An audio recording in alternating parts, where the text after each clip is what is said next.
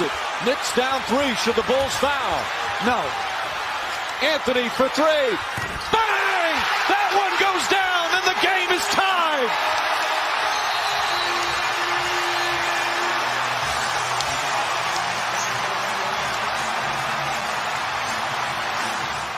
Shumpert on the drive. Out to Anthony. Smith, a three-pointer. Way off the mark. Chandler tips it out again. And the Knicks will reset down by 2. Mike Whitson not calling timeout. And I like that move. In the hands of Anthony. Anthony for 3. Puts it in! Knicks by 1 with 8.2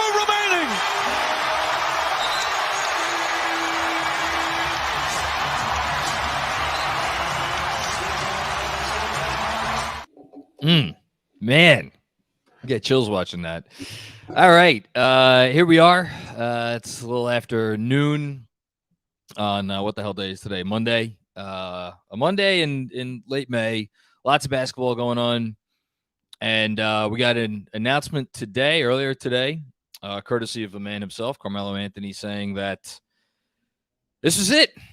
This is it. He didn't obviously play basketball this year for an NBA team, but still kind of kept hope alive that maybe there would be one more run, one more chance for Melo to join up with a team either, until late in the year, either this season or maybe even next year, give it one more go to try to, get a ring or just, be a part of a rotation.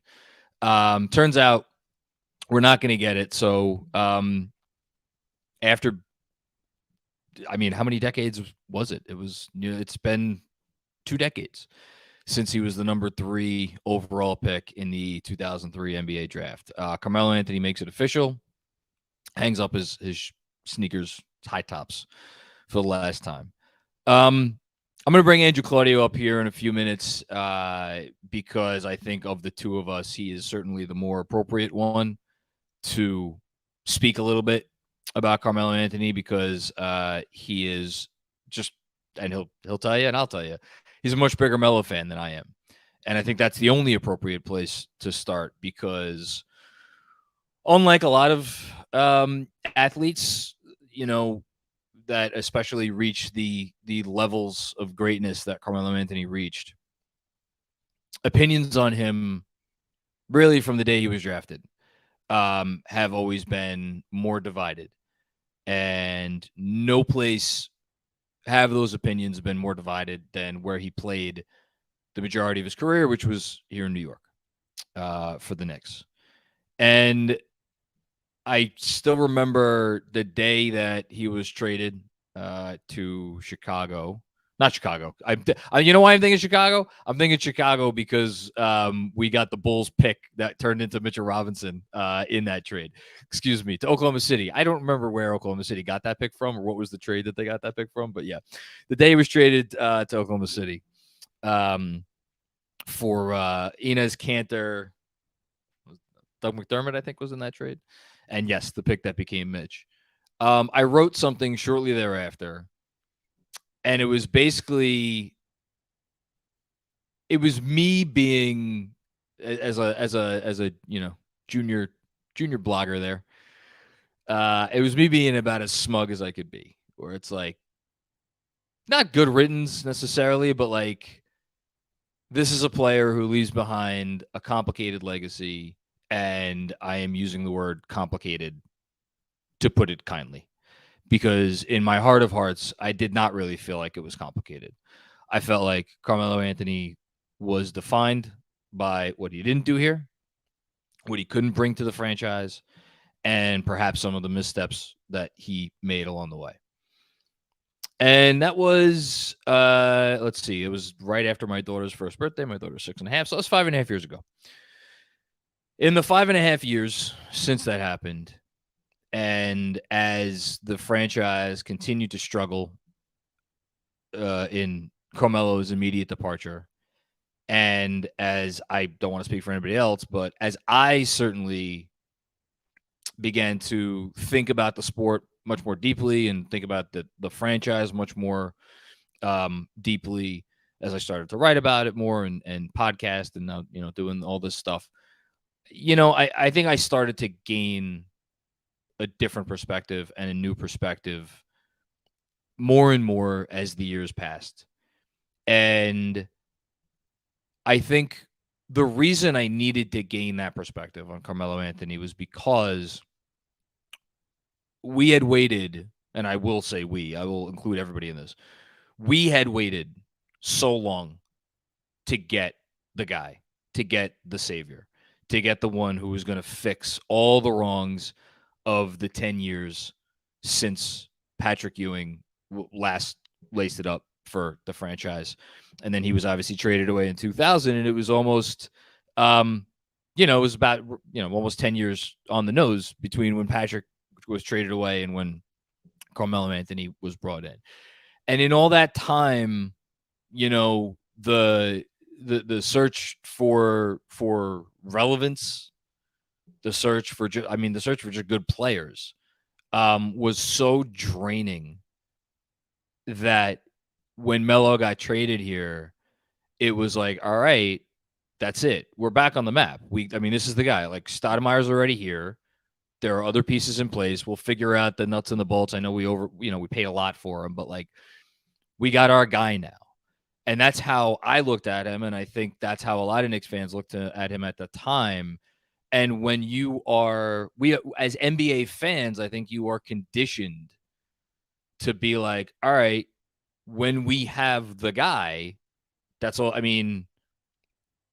There are expectations that come with that. And the expectations are you're going to be in it every year. Might not win a championship every year. Might not even ever win a championship. Patrick Ewing never won a championship. Didn't make him any less the guy. But you're going to at least be in it. You're going to be in it every year. And you're going to win playoff series. And you're going to have moments. And Carmelo Anthony's career, with the exception of one season in 2012-13, was not made up of the moments that I think many of us thought that we were getting when he came here. And the longer it lasted, the more people, whether you were inclined to be kind of a Melo skeptic when he was traded here, or you were kind of on the fence, or anywhere in between, started to become harder and harder and harder on him for what he couldn't do. And it began to overshadow what he could do, and in fact, what he did do for this franchise. And this franchise, at the time that they acquired him, and really for the majority of his tenure, was just such an utter disaster, to the point that the trade that brought him here was really the beginning. Not the beginning of the end. It was the end, really, of the Donnie Walsh era. And once Donnie Walsh left, it just, the organization was, you could really argue the organization was in a state of chaos in terms of their decision-making and in terms of how they operated right up until, Leon Rose came here. So, and that's the era during which Carmelo Anthony played for the Knicks. Was Carmelo Anthony responsible for some of what maybe didn't go right? Yeah, absolutely. But show me the NBA player that hasn't made missteps. Show me the NBA player that hasn't made significant missteps along the way. The guy, your Tim Duncans, and you're geez, how many players?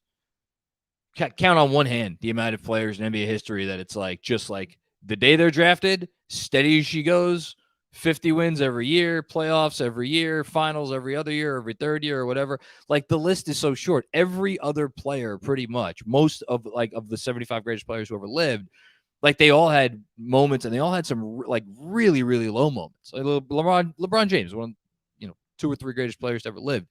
God knows he's had some down moments, and you could go right on down the list.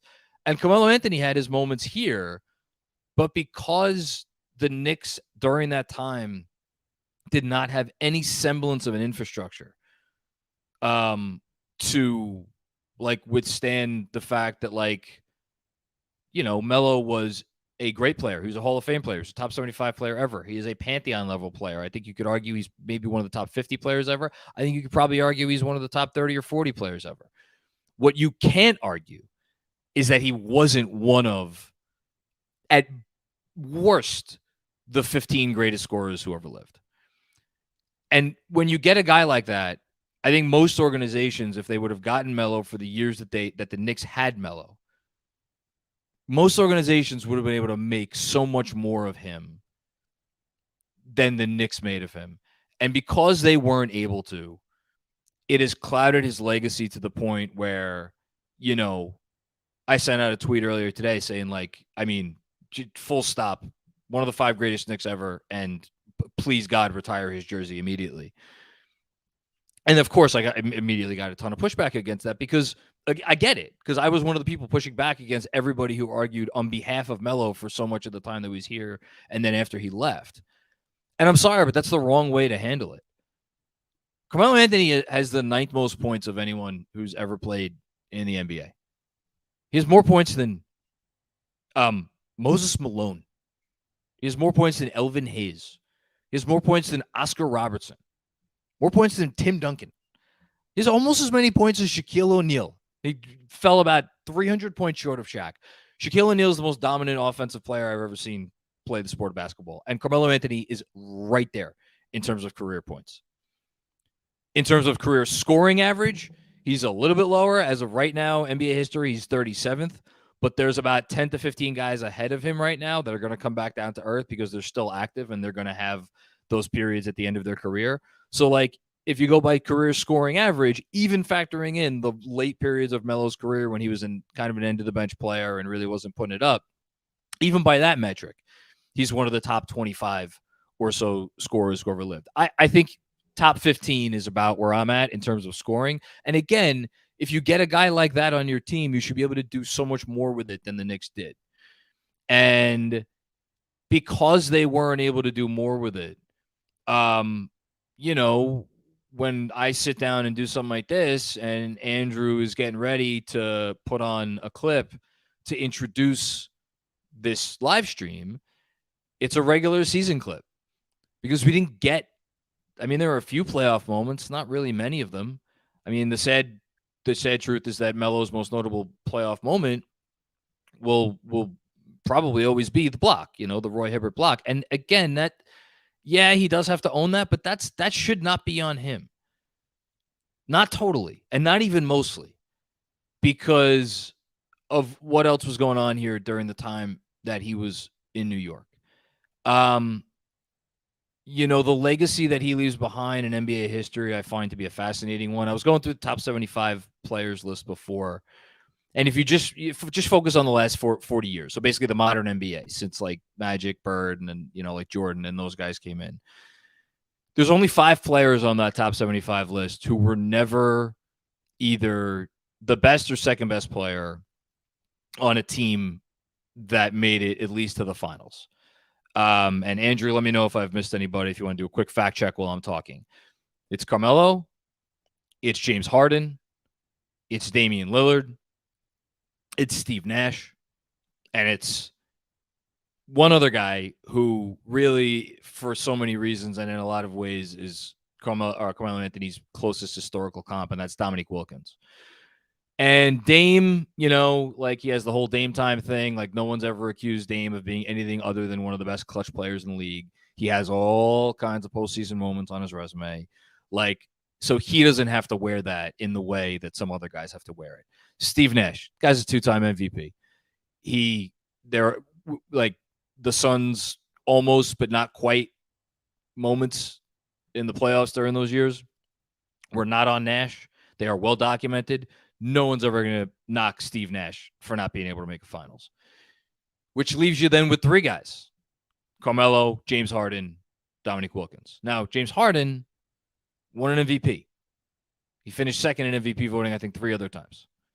So, even him, he has the regular season accolades that Carmelo never quite got to. To say nothing of the fact that he's been to the playoffs a shit ton of times and has won playoff series, has had big playoff games, and he was the 3rd best player on a team that went to the NBA Finals. So put Harden aside, and that leaves us with 2. It leaves us with Melo, and it leaves us with Dominique Wilkins. And Dominique Wilkins is a guy famously who was left off of the NBA's 50 greatest players list. I thought it was egregious at the time I still think it's egregious. And I think, like, again, when you're talking historically about Neek, it's for a lot of people, it's a dicey conversation because he never made the conference finals even. Now, Melo did make a conference finals. He made it with Denver. And that is absolutely part of his resume. So, he's a tricky guy to talk about historically. But again, I have to put the blame mostly on the Knicks for that. Because if you look at what he did, you look at what he's done, and you look at his place in the franchise. He has, as of right now, it's funny actually.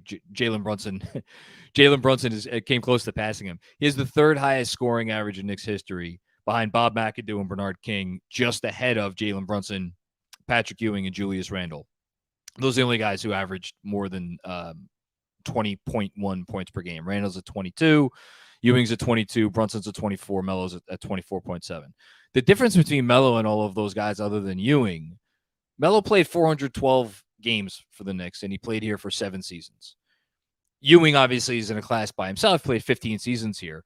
But after him and after Melo, the next highest is 4. Bernard King, 4 seasons here. Julius Randle, 4 seasons here. Bob McAdoo, 3 seasons here. And again, those were like parts of seasons. And King, it's because of injury. McAdoo, because he was traded.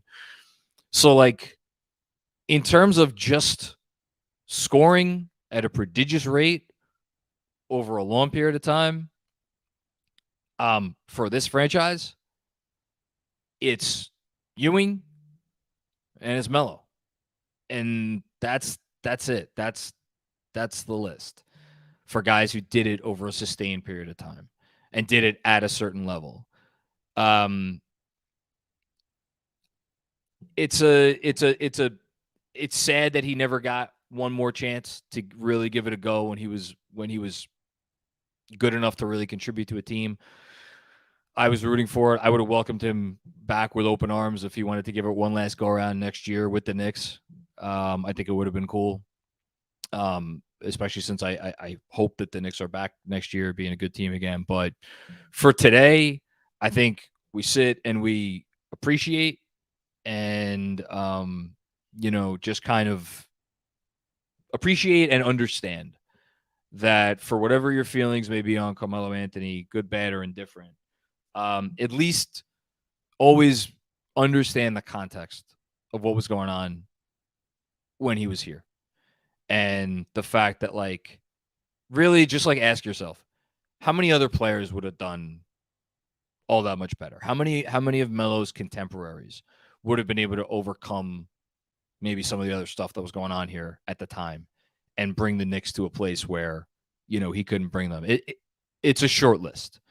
And, that I think that needs to be kept in focus. So for anybody who, maybe doesn't have the fondest memories of Anthony. And on that note, I'm going to bring up someone who has many fond memories of Carmelo Anthony, and that is Andrew Claudio. Hello. Background. Yes, Melo jersey in the background and all. Totally. Your thoughts?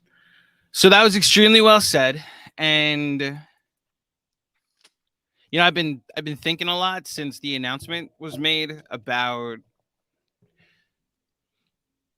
specifically what you're saying, in the sense of, like, how much do we blame him for why it was a second round exit and that's it, really? Like, it's 3 playoff berths, it's a second round exit, and that's really all you can say it accomplished. I think because I showed up to watching the Knicks, really caring about the Knicks in '97. That's the first year I started watching the NBA. Shout out Space Jam for enlightening me that this sport of basketball existed, and watching Michael Jordan save the Looney Tunes from a lifetime of imprisonment was the thing that I was like, oh, what's this sport, this game that these people are playing? And then being like a Bulls / Michael Jordan Knicks fan, which is, I know, complicated for people that are older than me, like you. No, I love Michael Jordan. You know that. So, like, as a result, I know that there are Knicks fans out there that, like, because they experienced more of the 90s, anybody that holds Melo in high regard looks silly, because of how the playoffs success just isn't there or part of the resume. And because like my first real year only caring about the Knicks is 99, I have a hint of that. But you look at the run that the Knicks just made with Jalen Brunson and the Knicks legends that kept getting brought back and sitting courtside and the moments they had. Yep. There's this picture that was going around after Game 5 of Bernard King and Marcus Camby and Allen Houston and Larry Johnson and Latrell Sprewell. Yep. And for us, that's like, oh, those are our guys. Those are Knicks greats. And to the rest of, I'll just specifically say it, that picture made it to Heat Twitter and was like, ain't a damn ring amongst the bunch, and these are your legends. And for me, I recognize, like you said, the context of it being like, well, yeah, that's been what it's been as a Knicks fan since 1973. There hasn't been a lot of winning to go along with it. And that's the responsibility that Melo was tasked with in 2010 when he came here, that he had to be the guy that finally did what Patrick Ewing and those 90s teams couldn't do, what Bernard King and those 80s teams couldn't do. And because of things that were, I'll say it, partly his fault, but also partly like organizationally incompetent, the organization's fault, it didn't happen here. But I can't help but be like, because the only time I have as a Knicks fan in the 90s is 99, and only a Knicks fan is 99 and 2000, to then finally get a guy, like you said, after 10 years of nothing, and the league respected him, and All-Star Weekend, I had a Knick to look forward to, and when the All-NBA teams were announced, I had a Knick to look forward to see where he landed, to the fact that like a playoff berth for the first 3 years was like, okay, what seed will it be? Not will they make the playoffs? Yep. It was refreshing. And that 2013 team, they weren't just winning, like they were 5-1 against the two teams that made the finals that year. The game that they won in OKC during the winning streak. I was at a conference I was in college at the time. So I was at a conference in Vegas, and I was supposed to be at some seminar, and I'm like at the time watching my ESPN app at the time. And like, yeah, I don't care about what you're about to teach me at the moment. I want to know if the Knicks beat the Thunder, a healthy Thunder team that, as we all know, had just gone to the finals the year before. And that was largely led by the guy that finished third in MVP that season. Like, think about that. MVP voting. I know. We had a guy to look forward to. Yep. And that, I think, is for people like me who are just a little bit younger than you and then those younger. He was a guy to look forward to. He was a guy to celebrate, even though it was just one guy. And I appreciate what he was able to accomplish during, it wasn't much, but it was during those couple years where it gave a respectability to a franchise that wasn't respectable this century. And I'll always appreciate him for that alone. And if you even want to, just because you just brought it up, the teams that they lost to, that they won, they got swept out of the playoffs, and the other, it was, gentleman's sweep. The Celtics went to the finals, so they lost to the eventual Eastern Conference champions. The following year, they lost to the Heat, the eventual NBA world champions. And then 2012-13, we know what happened then, which again, that's always going to be part of his legacy. It is what it is. But then the year after that, that's the one that I think about too, because that team was so snake bitten. They got off to such a terrible start. I think it was 2-9 or whatever it was. And then they were playing catch up the whole year. And then they almost kind of did it with that run towards the end of the year, and they just came up short. But like, go back and read some of the stuff about the consulting firm that was brought in before that year, to say nothing of the Bargnani trade. Like, again, you want to talk about an organization that not only didn't assist their superstar, but went out of their way to make that team's life more difficult and make it so that they would not achieve success. And then from that point forward, then it just went off a cliff.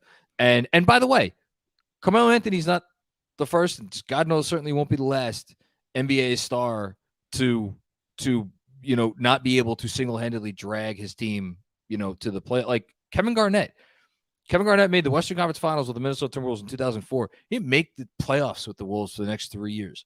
Like that, and that's Kevin freaking Garnett, the guy who a lot of people consider one of the 20 greatest players to ever live. Couldn't drag a Wolves team to the finals for 3 straight years, and nobody ever dings that. Nobody ever puts that on his resume. And why not? Because then he got traded to the Boston freaking Celtics. And it's like, oh, okay, this is what a real organization is. And like, that's just one example. There are other examples, which leads me to the last thing which is that who's the second best player on the Knicks during the Melo era? That's the conversation. Is it J.R. Smith? Is it Tyson Chandler? I think it's JR's probably. Yeah. Is it like I'm sure you remember the Jason Kidd conversations in 2013. It's like, oh, he's got a point guard and aging on his last legs. Jason Kidd, who ended up shooting like 27% for 3 that year, I mean, Stoudemire, yeah, he was for. I mean, actually, he wasn't ever, because by the time Melo got here, D'Antoni had already ground Stoudemire's knees into a fine paste, and look, this is where the people who are more critical of Melo will jump in and be like, well, it could have been Jeremy Lin. And like, I think that's the big part of it for a lot of folks, is the Linsanity of it all. I think it's part of the legacy. It's probably, as with most stories, more complicated than it has been made out to be. Mm-hmm. But that should, like, the fact that like Carmelo Anthony was not able to make it work, so to speak, with Jeremy Lin should not be the first, second, third, fourth, or fifth like top thing on his resume. I just don't think it should. So someone reached out to me today and was like, if Jalen Brunson and Carmelo Anthony were the same age, you want to talk about a perfect player? Oh my God, Carmelo Anthony. Now they would have had to surround that team with some defense, but back then, 2 dynamic scorers like that would have been outstanding, especially since Brunson wouldn't have to work that hard on defense because we weren't playing the style of play today that takes advantage of small guards like that.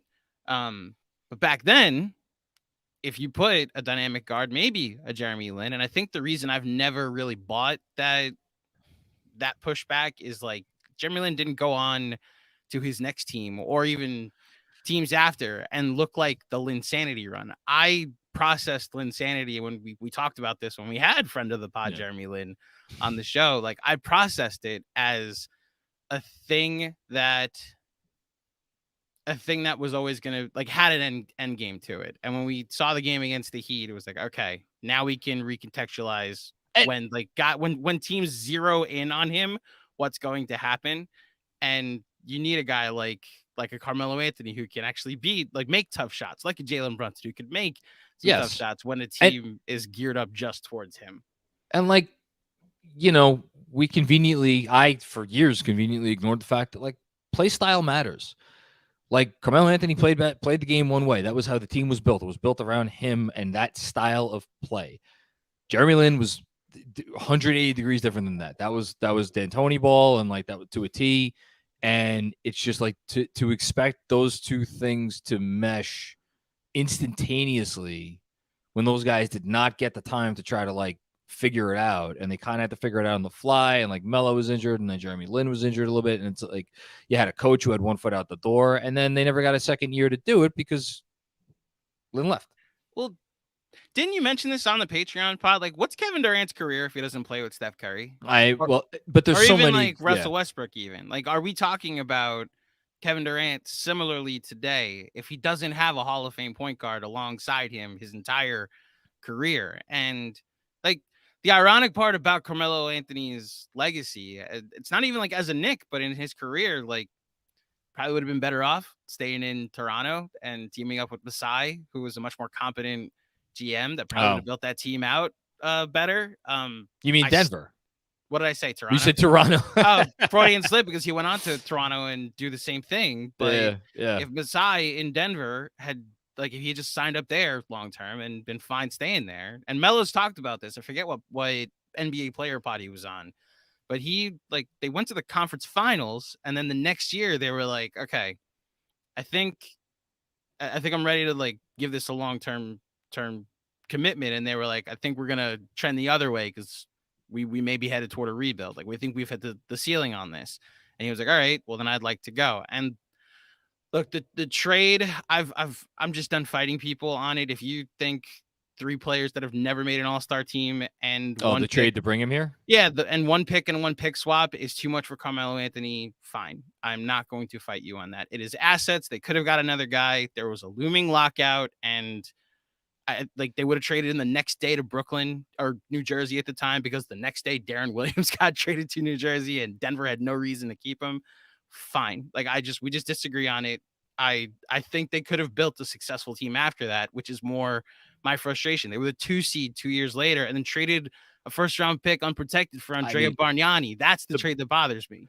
And it's not only that, and it's the thing I always go back to, which is you guaranteed Billups' salary and then used your amnesty, your 1 amnesty on Billups, instead of where that freaking rule was written to be used, which was on Amari Stoudemire. And if you had done that, creates all kinds of different cap, flexibility for them moving forward. Look, Carmelo Anthony gets painted in this light because he never got onto the team that could put it all together, other than the Denver team, which, again, that Denver team lost to Kobe Bryant. Speaking of Kobe Bryant went through a fallow period in his career where he was putting up a shit ton of points for a team that won. What did that Laker team win? Like 35 games or something? So like no, like Paul Pierce is another guy pretty high on the all-time scoring list. What would his reputation have been had he not teamed up with Kevin Garnett? To say nothing of what would Garnett's reputation have been had he not teamed up with Paul Pierce. Ray Allen, a guy who gets lauded because he ended up going on to be part of those Celtics teams for many, many, many years. His pinnacle achievement was like a tough, best player on a tough second round out when he was in Seattle. It's like you go through, I mentioned Dominique Wilkins, like there's Vince Carter, is another guy who's like he was 20th on the all-time scoring list. Like he never did it. Like there's lots of guys who just were never in the right situation. John. Russell Westbrook after he left. Okay. Yeah. It's another guy, and then you have guys who had their one shining moment. Like Allen Iverson. Allen Iverson got that finals, and he has the MVP too. But like you look at his larger career, guy who actually played with Carmelo Anthony for a bit in Denver. You look at his overall career and how many teams was he the best player on that like didn't do diddly squat. There's a lot of guys out there like this, and he unfortunately gets tagged with the reputation more so than a lot of them because, again, he spent the prime of his career for playing for an organization that didn't know what to ask from its elbow at the time. Like, look at Moses Malone. Oh, yeah. It's good. That's a good example. 2 MVPs on like 6 and 7 seeds in the late 70s. And then he gets to late 70s, early 80s. And then he gets traded to a team that made the finals. They go 67-15 and then 15-1 in the playoffs. Like, this is where legacies get made when you have a competent organization around you. And yeah, I do recognize some of the blame he needs to share. Like, Playstyle is a thing, and there's a lot of isolation that was done in his time. So as a result, it can mostly fall on him. I think there was a team that could have made it work. There were a 2 seed in 2013. You build on that team and don't trade any remaining assets for Andrea Bargnani. I wonder what that team looks like for 2014, 2015, 2016, and so on. But at the end of the day, I'm appreciative of what it was, and the context of his career will, for me. And look, this is also, like, we've talked about this privately, but the Dolan of it all, I'm not saying it's like James Dolan's fault that Carmelo Anthony's tenure wasn't successful, but the trickle down effect of like the reason Donnie Walsh was able to build something from 2008 on and trade all of these roster pieces to get under the cap was he sold Dolan on a bill of goods that in 2010 we're getting LeBron James and all these big free agents, right? Yeah. And then it didn't happen. So while that roster that many a Knick fan holds dear of the Wilson Chandlers and the Gallinaris and the Raymond Feltons like existed, that was a consolation prize because he still made a promise. He was trying to make good on it with the owner. And so if Melo gets traded to New Jersey and then he's like, well, we're going to get Chris Paul. It's like, why do I trust you? You're going to get Chris Paul in 6 months. You didn't get LeBron James, Dwayne Wade, and Carmelo Anthony. And so that's partly why there's a context to the trade that There's gets always made. context. Yeah. He was a pleasure to watch, though. I enjoyed watching Carmelo Anthony in one of those moments when he just wasn't going to miss the game winners that are circulating through Twitter today. I enjoyed them. Let me just say one. Okay, let me add this. I think that part of it is also important for a lot of people, in that there are a lot of people who did not enjoy the way Carmelo Anthony played ball. And this is the other part that I should have mentioned at the top, and I've forgotten. I meant to. I don't want to say he came along at the wrong era, but if Carmelo Anthony comes along 10 years earlier, I think it's very, very likely that his career looks a lot different, and that how he's thought of in NBA history looks a lot different, because just around the time that he was kind of coming right into his prime, 2010, 2011, 2012, that's exactly when 2013, that's exactly when the NBA was changing. And it was just like, it became a spread pick and roll league. That's like what the league became. And the isolation, abilities that he displayed were not really part of that. Now, I think as the years have gone by, we are reminded more and more and more that you need guys who can isolate and effectively, get buckets, because otherwise the whole thing falls on its face. And then that leads to, I think, what it is a slightly more valid criticism, which is his career in New York. Carmelo Anthony averaged 3.2 assists per game, I think. 3.2. It's like, and that's honestly, that's why Carmelo Anthony is in the conversation for like the top 50 players of all time, maybe top 40, and not, top 25, 30 or something. I hear you. Who is he passing to? Like, there's a moment at the end of one of the games in 2015 when he actually made the right pass and found a wide open Jose Calderon in the corner for three, and he missed it. And Jose Calderon, exactly. But that's my point. Like, okay, so you're mad that he didn't pass more to Iman Shumpert and Landry Fields, and but that's the great what if. That's the great what if. What if there were better players? I think we assume that he would have been a much more willing passer. And if you look at his seasons, it's not like he didn't have seasons in there where he passed the ball more. The 2000, I mean, I know it's just one season. He did have a season here where he averaged 4.2 assists per game. Well, go to the beginning of his, I'm looking at rebounds, but like the beginning of his career, like he was always a guy that back then it was like, I'm here to score, like this was his role. He was a scorer. And that's why I think I appreciated him throughout what he was able to do, because I looked at him as get buckets. And that's why the thing was always, can you get him a point guard? And the best point guards he played with were 3 weeks of Jeremy Lin and 1 season of Raymond Felton. And again, a lot of great players, great all-time NBA champion, MVP level players have been more I was going to say the hammer and not the nail. No, but like the finisher as opposed to the initiator, and Melo had the point guard. The 1 year he truly had the point guard, he went to the Western Conference Finals with Denver and Chauncey Billups. Bingo. So 3 super chats. All right, let's do it. Perfect time. Get before I get out of here. Jesse M. Thanks, Jesse. The argument against retiring his jersey is laughable. I think he's one. I have him personally ranked as the 5th greatest Knick ever. The 4 guys ahead of him all have their jerseys retired: Patrick Ewing, Willis Reed, Clyde Frazier, and Dave the Busher. And there's a bunch of other guys on those title teams that have their jerseys retired as well. Like, I have all the respect in the world for Dick Barnett and Bill Bradley. Like, Carmelo Anthony should have his number on the rafters. Browning Knicks. What's going on, Browning Knicks? He held the broken crown until Phil broke him down. Well said. My favorite memory has to be 42-17-6 in Boston. I'll never forget watching that game. Just ask Jared Jeffries what happened. Again, gave up the ball in a key spot, right? And had that work out for him. Love the work. Stay Melo, our future first ballot Hall of Famer.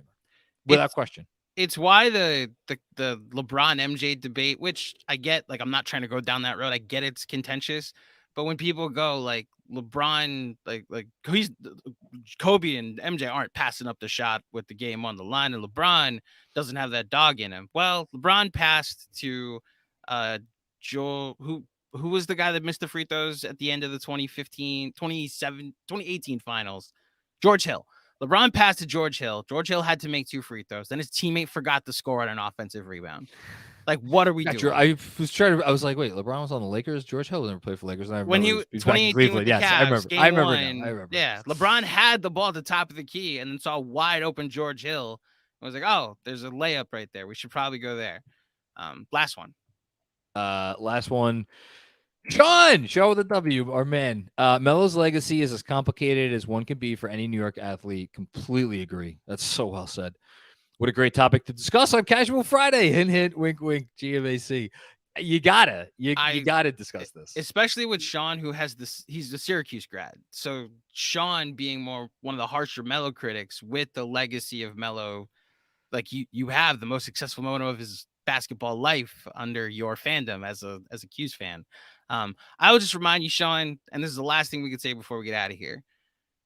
This is where I'm always gonna have to bring in baseball into everything, right? There is a difference between the Yankee Knicks fan and the Met Knicks fan, where Yankee Knicks fans bring the Yankee expectations, so we measure the Knicks' success and have the arrogance of what the Yankees have brought, which is one of the greatest franchises ever.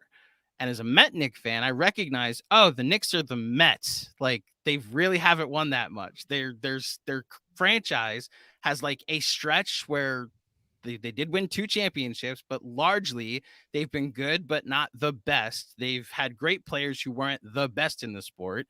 And like, I have a different appreciation for Carmelo Anthony. The same I have appreciation for David Wright, who never really won anything, or Mike Piazza, who never really won anything. But I appreciate watching their greatness in my team's uniform. And I think there is a Yankee thing. There's a thing out there for Yankee fans where they do not recognize, because they're not used to watching teams that don't really win much, So as a result, they are stuck. And look, incompetent ownership, Dolan to Wilpon is like kind of a 1-to-1 thing too.